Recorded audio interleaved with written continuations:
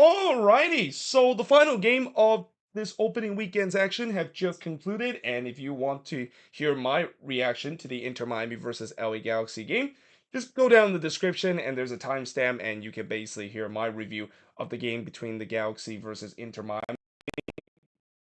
Go back to the busy Saturday night action, as this is, of course, part two of the review. We're going to look at the last three games before looking at the last three games of the Sunday action. And we start off with the first game between the Houston Dynamo versus Sporting KC. So, like I said before, so far all the team that were involved in the CONCACAF Champions Cup in the middle of the week did not have a good opening week. And that kind of includes the Houston Dynamo. They weren't able to get a win in this one, though there weren't chances for them to do so in this game. Though the first shot of the game did see Polito puts it wide before Artur tried to dink it over Melia, but he missed high there. I mean, that was not a bad idea from Artur to try to dink it over Melia. Just couldn't keep that one down. There's some good half chances, at least early for both teams. Showery would hit one right to Clark before. And we got the opening goal in the 41st minute when Brad Smith puts it into the back of net. The problem was VAR saw that there was an offside on the attacking sequence, so therefore the goal, of course, was disallowed, and we head to halftime, scoreless between the Dynamo and Sporting KC. Now in the second half, Dorsey would puts it wide from close range, as I thought the Dynamo continued to dominate possession, but really, for the entire part of the first half, we didn't really see a lot of chances. I mean, chances at times were premium,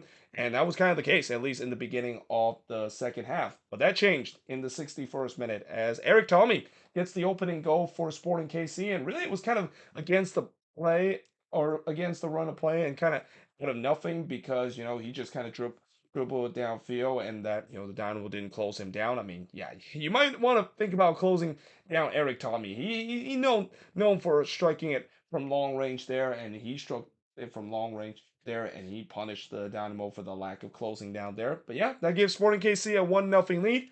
The lead does not last though, because just 8 minutes later, Gabe Segal coming off the bench, scoring his first career goal for the Houston Dynamo as he scored from Aliu to tie the game up at one apiece. And then Aliu himself would try to get the lead for the Dynamo, but he hits it right to Melia from close range. And then Melia had to deny Savichenko from the corner as the Dynamo was starting to push to try and retake, or not retake the lead, but actually take the lead in this game. Dorsey would heads it wide in the back post before Kowitzki would hits one right to Melia in the 85th minute. And despite the fact that Houston did have a couple of opportunity to win this game, they weren't able to do so. It finished honors even, and the shots in this one, 12 shots for the six that Sporting KC had, 2 shots on goal for the six that Houston had, 2 shots off target for the three that the Dynamo has, 4 shots that was blocked for the two that Sporting KC had, and possession-wise, 61% possession compared to 39% possession that Sporting KC has in this game. And again, we see this before where teams, when they involve in CONCACAF Champions Cup,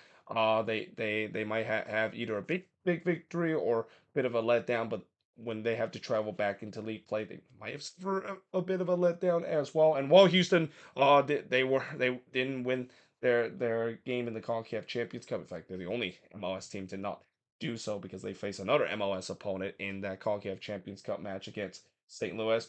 It was always going to be tough to just quickly refocus back into to league play, and that's kind of what we saw in this one. Though they did have some chances, at least late in this game, just couldn't put it away.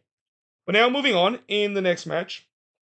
Speaking of the Houston St. Louis game, so let's take a look at St. Louis and how they have any better luck in terms of facing against RSL? Well, the answer is no. And I'll tell you what, right now, RSL, they must be kicking themselves right now because throughout the first two games, they only have a point on the board. But honestly, if you ask any Real Salt Lake fan, they would feel like they should at least have 4 points right now. Consider they were by far the better team in this game, and they dominate most part of this game. And the problem for them so far early this season, lack of finishing. In the first half, 2 minutes in, Berkey would deny Arango, but gets a second crack of it, but he hits the side netting. Chicho Arango was a little bit quiet during his time against Inter Miami. He was anything but quiet in this game. I mean, he had a lot of chances in this one, and with the way that Chicho Arango has always been a dangerous goal scorer. I mean, I know he eventually did score here, but you would expect him at least score two or even maybe hit a hat trick in this game with the chances that he was given. Because he had another chance just 7 minutes in. He hits the side netting after just a bad giveaway from St. Louis. So yeah, St. Louis, of course, are known to be basically the one that gets the benefit of of bad giveaway from the opposition. They almost got a taste of their own medicine, giving the ball away in a bad spot. But there was no doubt that RSL was on the front foot, and St. Louis had not started on time in this game. And again, it's not a big surprise because after that big victory against Houston, you would expect the fact that they might suffer a bit of a letdown in this one.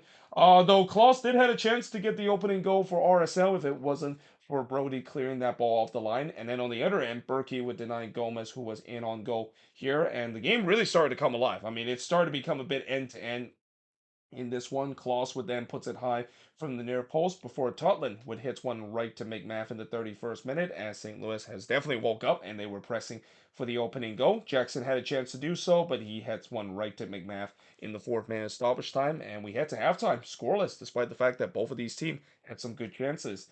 In the second half, Arango would hit it wide from close range before Glad had a header that was deflected wide in the 52nd minute. And I thought just like the first half, RSL definitely came out of the second half the stronger side, and St. Louis, once again, not starting on time, coming out of the locker room. Ojeda would then puts it wide from close in the 55th minute before Luna had a shot that was deflected but missed wide. And then it looked like RSL finally got the breakthrough, and Chicho Arango finally got the breakthrough in the 66th minute as he puts the ball into the back of net. The problem was he was in an offside position. So, yeah, the goal, of course, was disallowed for offside. And again, it just feels like it's been all RSL the second half, but this has been the story so far in this early season for Real Salt. Like, they just have not been able to be very clinical in terms of their finishing. And when they are clinical in terms of finishing, they found themselves in an offside position. But in the 74th minute, finally they broke through. And as I mentioned, Chicharango, he was very active in this game. And if you keep leading him being very active and keep feeding him chances, eventually he's going to bury one. And he buries one here from Matt Crocs to give RSL a 1-0 lead. Matt Crocs, of course, making his debut and already looking very impressive so far. So, yeah, like I said, that give RSL a 1-0 lead. But just like the last game, the lead does not last long in this one either, because just 4 minutes later, Deneren would score from Leuven to tie the game up at one apiece, completely against the run of play. Because, again, up to that point, St. Louis was basically pinned down. It was all RSL up to this point, and it was also a great solo effort there from Samuel Adeniran here. I mean, Adeniran does have some big shoes to fill, knowing the fact that not only he's going to be that guy that could make a huge impact coming off the bench when João Claus started to run out energy, but you could say that maybe he kind of is like a direct replacement to Nicolas Giacchini that they lost this offseason.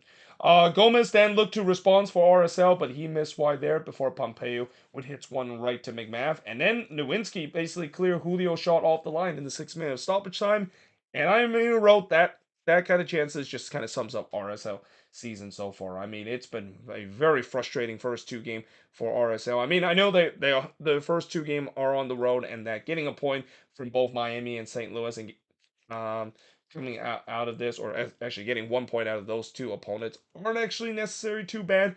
But the problem is that when you look at how RSL have played against both Miami and St. Louis, they should easily at least have 3 points or even 4 points coming out of that. I mean, they should have got a draw against Miami, and then in this game, they should have won it. I mean, they had the lead in this one. It looked like maybe the floodgates were going to open, and then they just kind of shoot themselves in the foot and has to settle for a draw.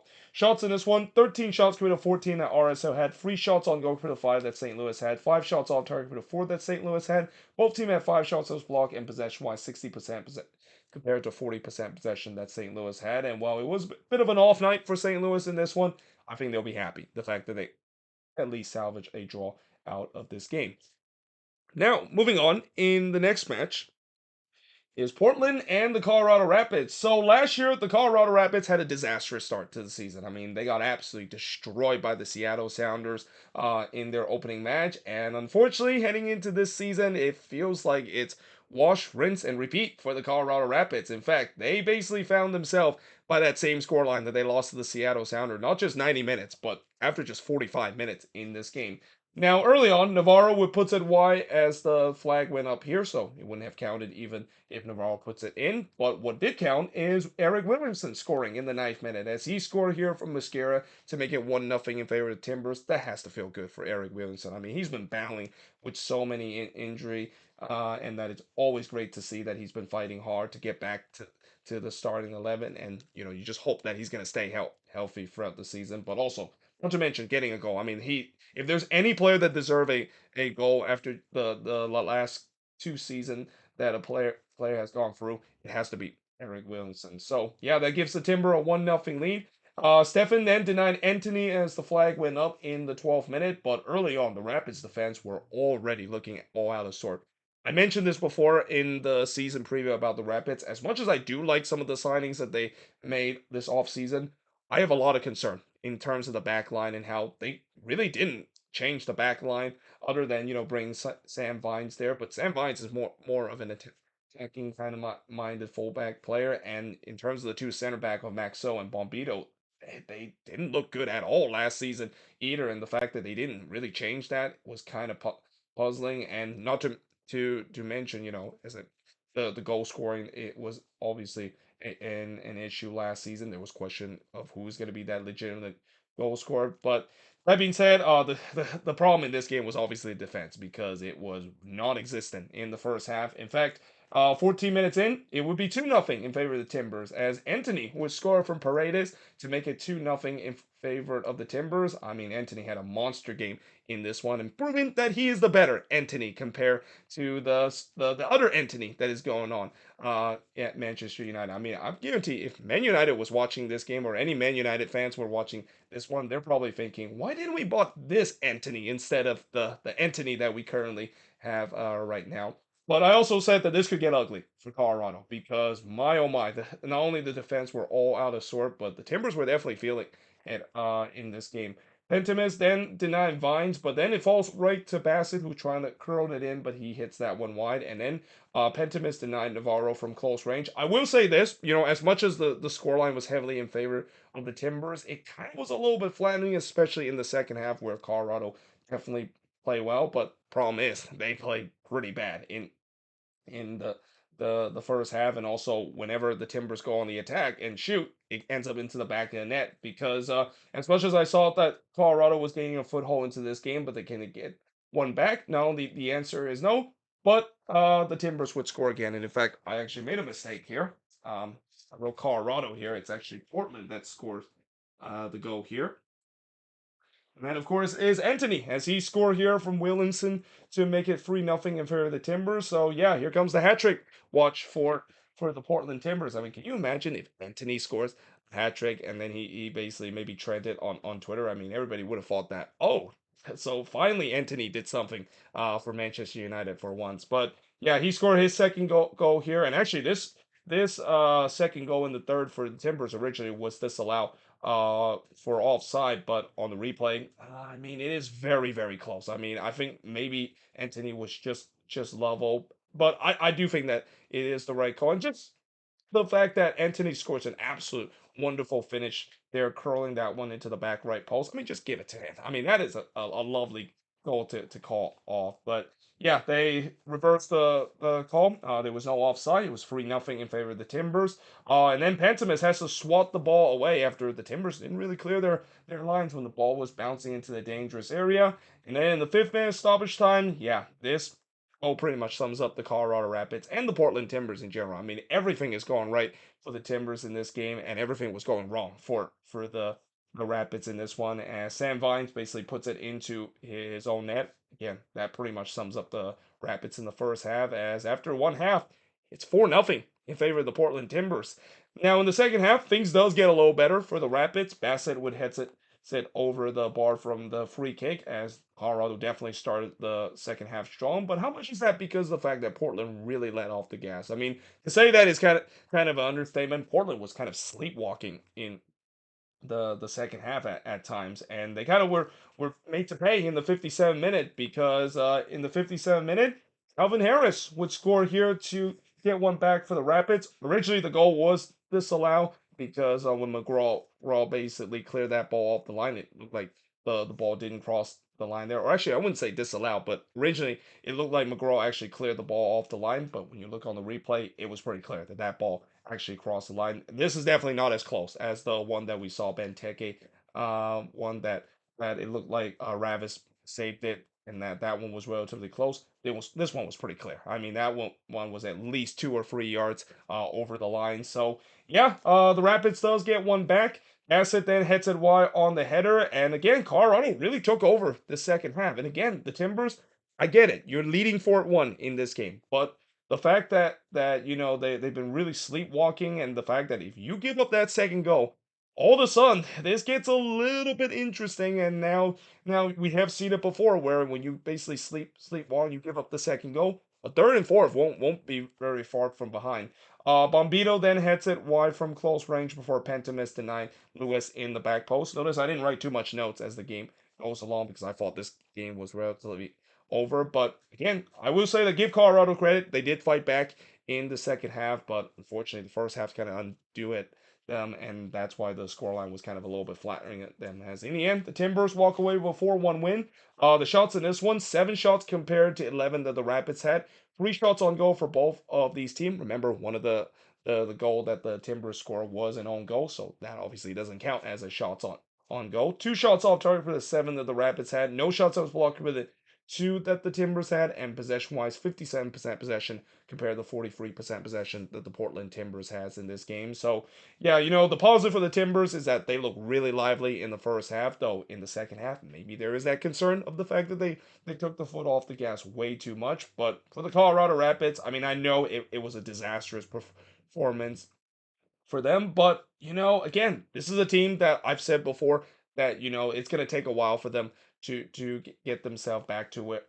To I wouldn't say back to where they were a couple years ago, but at least back to being a contender in the West. And I do think that as bad as the scoreline is, there were definitely positive, especially in the second half. Like as long as they don't repeat what they did in the first half and just getting absolutely destroyed by the Timbers, if they can build up what they did in the second half, this team I think could be a respectable team. But again, that first half, you can't give up 4 goals against an opposition on the road. Like anytime when you give up 4 goals, it's pretty much game, set, and match.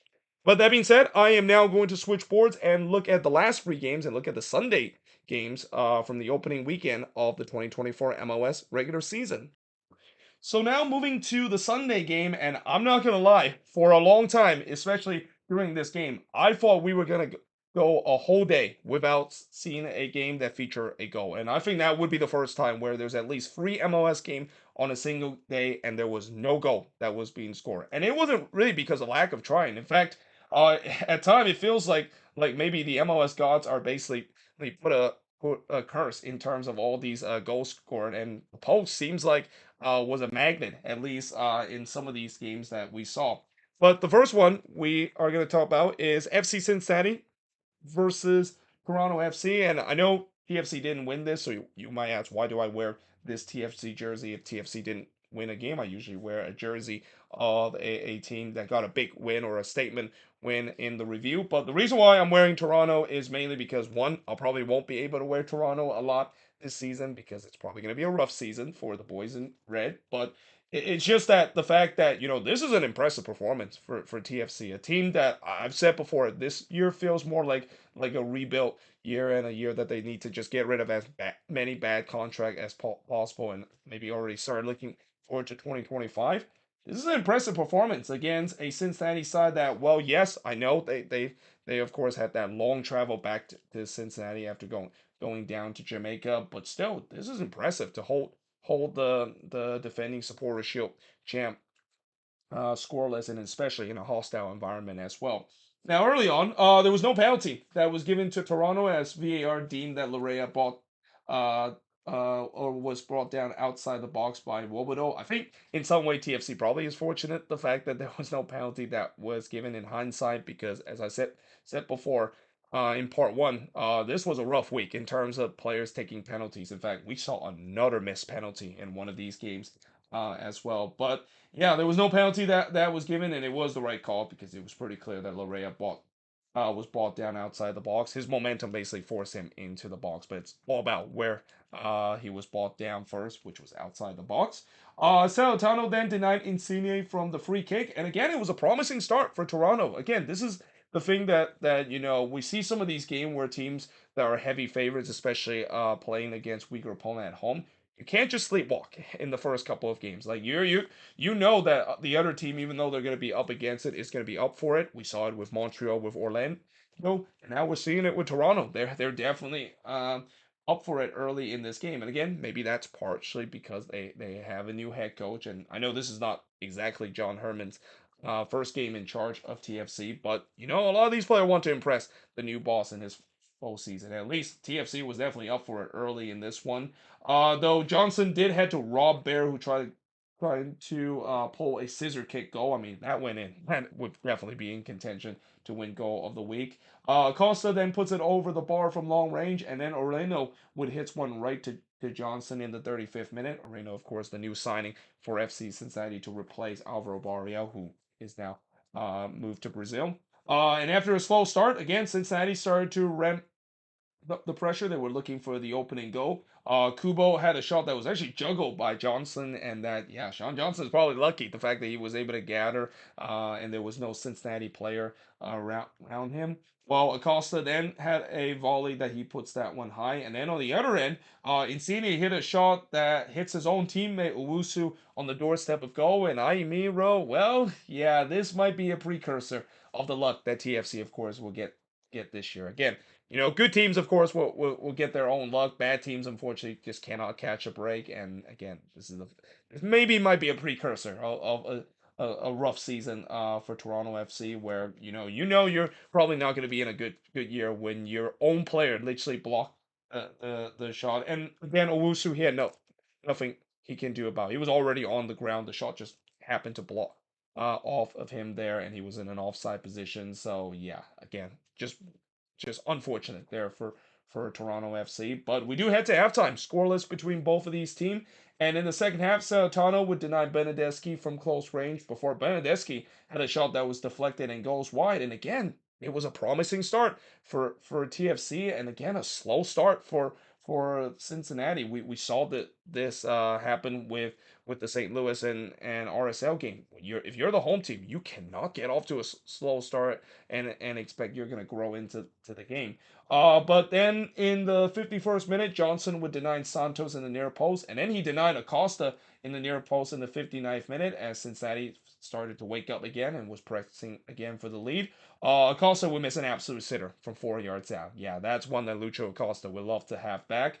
But there was no doubt that as the time winds down, Toronto was clearly playing for a draw. Like they were happy to try to play for a draw. They were trying to slow the pace down as much as possible. In fact, Sean Johnson actually got a yellow card because he was trying to time waste, and it turns out it worked because in the end it was a 0-0 draw for Toronto and Cincinnati, and it's not often I say this, but a 0-0 draw for feels like a win for the opposition, and it's especially the case in this one with Toronto FC. And the shots in this one, 17 shots for the 8 that TFC had, 2 shots on goal for the 7 that Cincinnati has, no shots off target for the 5 that Cincinnati has, 5 shots that was blocked for the 6 that Toronto has, and possession was 53% possession compared to 47% possession that Toronto has in this game. And hey, like I said before, just because when you have a matchup between the best team last season against the worst team from last year, doesn't mean it's going to guarantee a blowout. And this game pretty much just shows you that this league has parity, and that in any given Saturday, or in this case Sunday,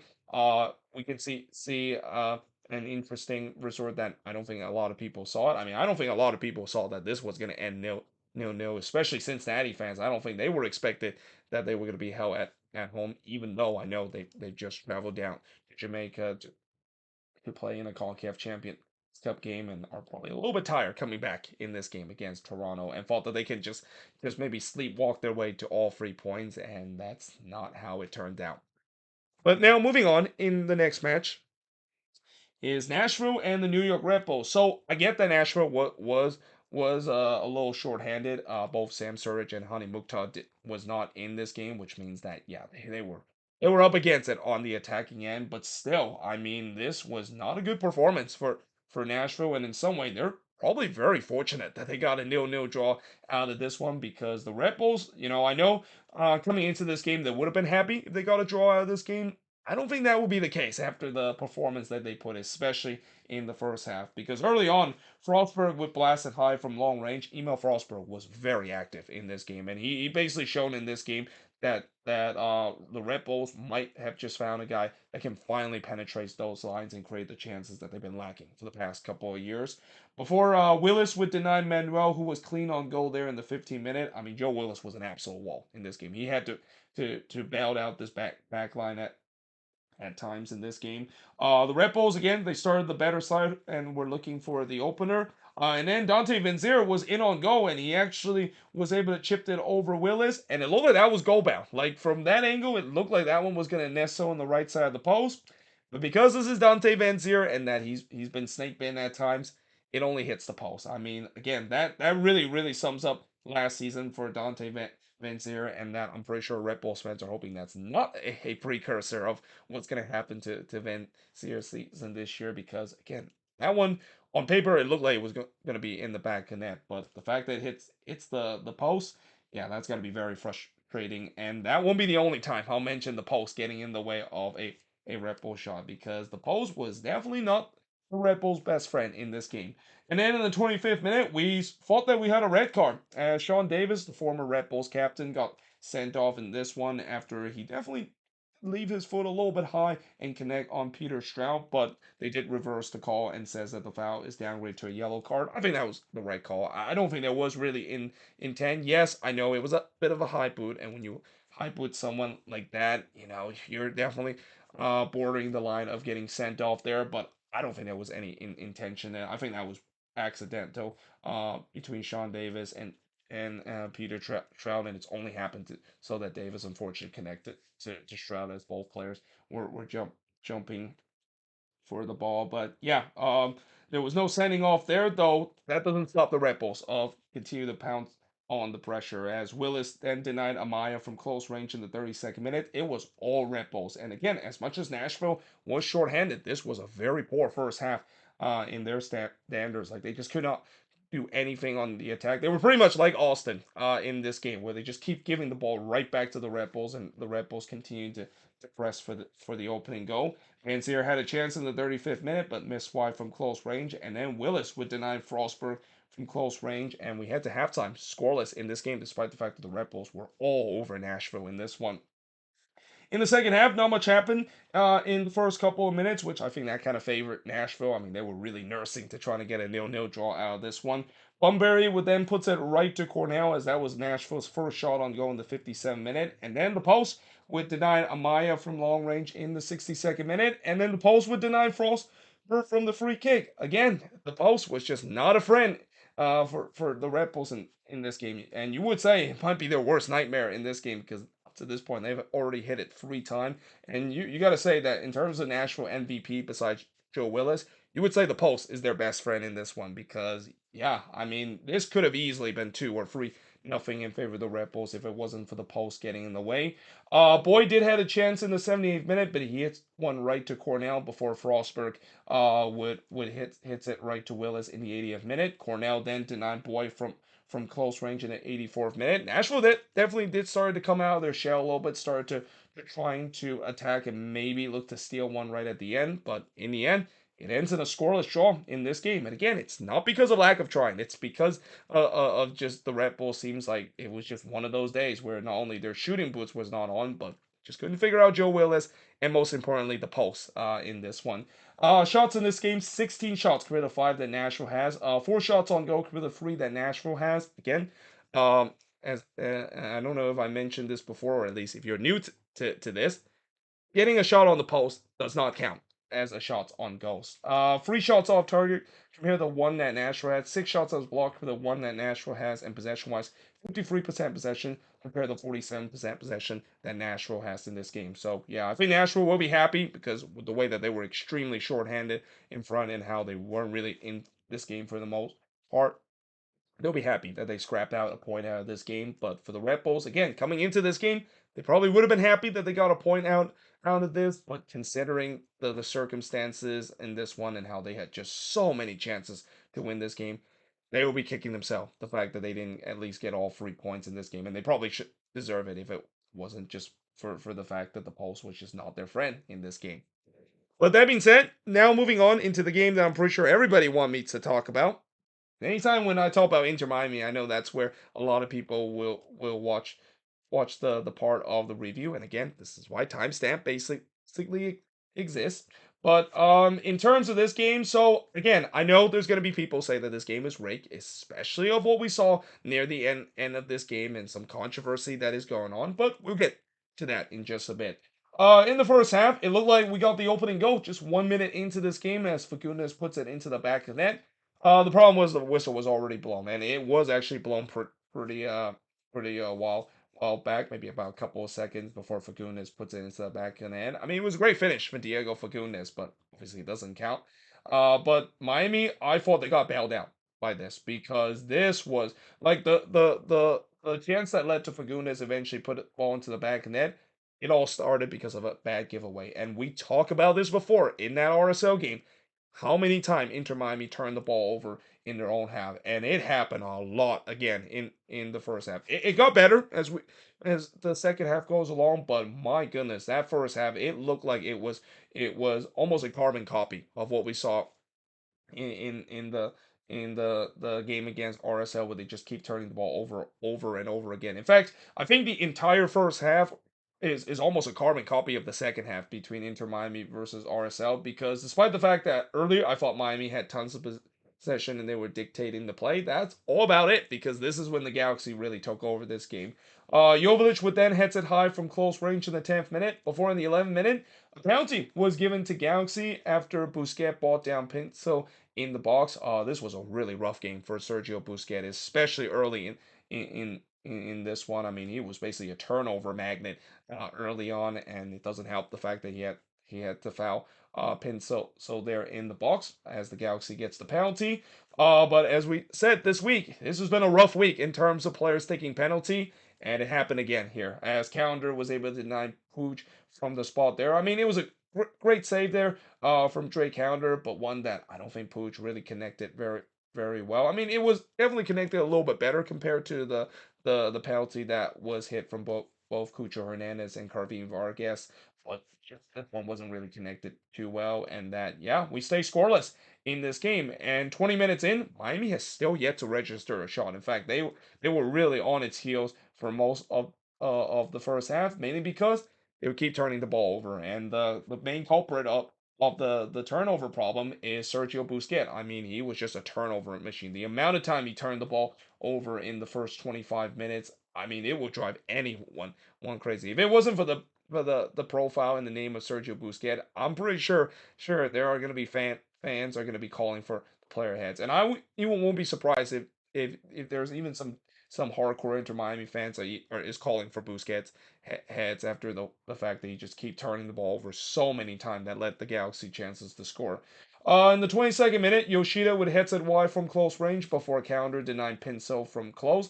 And then the post would deny Puig, and it actually winds up to Pinso there, and he was trying to follow up, but unfortunately he could not put that one on target. And again, the Galaxy was pounding on the door. But the question is, can they beat Calendar, who was on his game? By the way, the shot from Puig, I think Calendar did get a hand to it to tip it onto the post. So yeah, Calendar definitely stepping up big in this game. But the Galaxy was definitely pounding on the door. But can they finally get the breakthrough, which is something that we saw RSL did in that second half against Inter Miami, and they weren't able to do so. Because if you're able to do so, you know that Messi doesn't need one or two chances to bury it. Because in the 30th minute, Messi did have the first chance for Inter Miami, and that took a deflection, but it was denied by McCarthy, and that was actually a good save from John McCarthy too, because those deflection can be a nasty kind of thing to deal with. Pinso then puts one high from close in the 31st minute. Miami was starting to gain a foothold into this game as the game goes along, but they still only had two shots up to this point of the game, and we head to halftime with the game scoreless between both of these teams. Now in the second half, McCarthy would absolutely rob Gomez from point blank effort. I mean that Diego Gomez, he would absolutely love to have that one back with the fact that he was that open, but McCarthy with a big save here to deny him there. And 6 minutes in, I already thought that Miami looked much better compared to what they were in the entire first half, and they started to dictate the game again. Messi would hit one right to McCarthy. I don't understand why the Galaxy start to not high press again. In the first half, what they did is that they really high pressed Inter Miami and they were really forcing them to make some mistake. Why in the world did they not do that in the second half? I mean, I get it. Maybe part of that could be because the players don't have the energy to do so for the entire half, and that could be the case because this is the first competitive game for the Galaxy. But when you have that tactics and it worked very well, why did they decided to go away with it and let Inter Miami start to have a lot of possession? I mean, I'm pretty sure that's probably the thing that Galaxy fans are probably questioning Greg Vanny in terms of the tactics that he was using in the second half. Messi then hits one right to McCarthy in the 59th minute before Pinso would also puts one right to counter. There was a shout for a penalty for the Galaxy as they feel like Resso pushed Jovic in the box. I think that was a good call that they didn't call that as a penalty because I think that would have been an incredibly soft penalty to give. Like if that is called a penalty, we're gonna have at least 5 or 6 penalty that is gonna be giving every single game. But that being said, uh, Yamani would then struck the post in the near post. Again, the post was a big factor in these games, and this looks like it was one of those games again where for the Galaxy, it's one of those nights where they have been victimized by the post. And again, somehow we have not seen a goal in this game despite the many chances, and we still have not seen a goal that's been scored on Sunday. Like up to this point, we have pretty much gone almost 250 minutes without seeing a goal in all three of these games. McCarthy would then rob Gomez again, this time from point blank. I mean, Diego Gomez must have nightmares about John McCarthy later tonight. But then in the 76th minute, we finally not only see the opening goal of this game, but finally the first goal that was scored on Sunday as Jovic would score from Delgado to give the Galaxy a 1-0 lead. Now they did check to see whether or not if there was a potential offside, and I think when you look on the replay, it was pretty clear that nobody was offside. I mean, Jovic was behind the ball when the Delgado basically put the ball right on the platter and into the empty net. And also there was question whether or not if Delgado was in an offside position when the ball originally played. I think Christoph is the one that actually played Delgado onside. So yeah, there's no offside there. And in the end, that was the right call. The goal stand. And then Pooch was in on goal here, but he hits that one right to calendar. And I understand that, Ricky Pooch, he wants to grab the headline, but that was the wrong choice. I don't know why he decided to go in on go and shoot there when he has better option. And then Pinso would puts it high and wide in the 80th minute. Pinso has really reminds me a little bit of Tyler Boy, and that I think that was kind of what they were hoping for. He was the guy that is the replacement for Tyler Boy, and in some way, maybe even a better version because he can provide those goal scoring threat that Tyler Boy at time lacked for this Galaxy team. That being said, the Galaxy was pressing for a second goal. Peck would then hits one right to calendar in the 84th minute, but then this is where we get to the controversy. So Delgado, of course, gets a second yellow card on this. Now, I have heard a lot of Galaxy fans have said that that's not a second yellow, and in some way, I do kind of think it was a little bit soft to give that one a second yellow card. Consider when Delgado slides in, definitely didn't look like he caught Busquets whatsoever. But I can also understand why maybe that could be worthy of a second yellow because again, anytime when you decide to slide in, and also it's important to note that Delgado did not get the ball whatsoever when he slid in like that. So when you decide to slide in, and even though maybe you didn't get any contact or any of the player, when you slide in like that and you don't get the ball, you always risk yourself of potentially getting a yellow card, and especially a second yellow card too. And mind you, the first yellow card that Delgado got, it was a really silly yellow card. So yeah, again, when you're on a yellow card, you cannot just slide in. And if you're going to slide in, you're basically risking and hope that you actually got the ball and hope that you don't get a second yellow card. And that again, I do think that at the moment it might be a little bit harsh, but I can see why that it could be given a second yellow card, and also it doesn't help that this is going to be bring up conspiracy of saying, oh, the league want to make sure that's a red card because we want to set up a crazy finish so that eventually Messi and Miami will get the equalizer, and it kind of doesn't help that they actually got their wish because after Messi puts it wide from close range in the 89th minute. He scored in the second minute of stoppage time. As he scored here from Jordi Alba, to tie the game up at one apiece. It was almost like a tic-tac-toe kind of play, kind of a very Barcelona-like kind of play that was scored there. And as the time winds down, momentum was all with Miami because they weren't just going to be happy with just getting a point. They were pushing to get all three here, though Aguirre did have the last chance for the Galaxy, but he puts it high on the volley. And yeah, in the end, the game ends in a 1-1 draw in this one. Shots in this one, 23 shots for the 11 that Miami has, 5 shots on goal compared to the 9 that the Galaxy had, 8 shots off target compared to 1 that Miami has. Both teams had 5 shots that was blocked, and possession-wise, 59% possession compared to 41% possession that the Galaxy has in this game. And again, for the second game in a row, opposition seems like they got the better of Miami, but how many times we've said, if you don't take advantage of your chances, you're gonna be left wondering if we left points on the board, and that's kind of the case for the Galaxy. I mean, as much as I know they're upset about the red card, the fact that they didn't put those chances away in the first half just kind of came back to haunt them in this game. Because again, when you're facing a Miami team, it doesn't matter if they're second best, and they were second best a lot throughout this game. They have difference maker on this team that can punish you at any given time. So yeah, this is why you need to take advantage of the chances that you're given. And that's kind of the thing that I think a lot of these teams, especially these Eastern Conference teams that is about to face against Inter Miami, will take note. They have to put away their chances, because if they don't put away their chances and let this Miami team keep hanging, then Messi and his friends eventually is going to find a way. And next thing you know, they could find themselves in the wrong end of the scoreline. But there you have it. That is pretty much it for the review for the last 6 games, and also the review of the opening weekend's action. Let me know in the comments below, what do you think of these last 6 games, as we're going to have another 14-game action next weekend, and we also have a couple of second leg match that we're going to have in the CONCACAF Champions League. So I'm going to be pretty busy in terms of me doing review. It's hard to believe that I went from not doing any review a couple of weeks ago to now doing a ton of reviews, because we got CCC and also MLS action that we have to do review and so forth. But either way, hope you guys enjoyed this video. If you do, make sure to leave a like, smash the subscribe button, and I'll also say that I'm glad that I'm back doing review. Reviews are always considered to be one of my favorite things to do, besides the Sports Hop series episode on this channel. But like I said, hope you guys enjoyed this video. If you do, make sure to like, smash the subscribe button, and yeah, I of course will see you guys next time.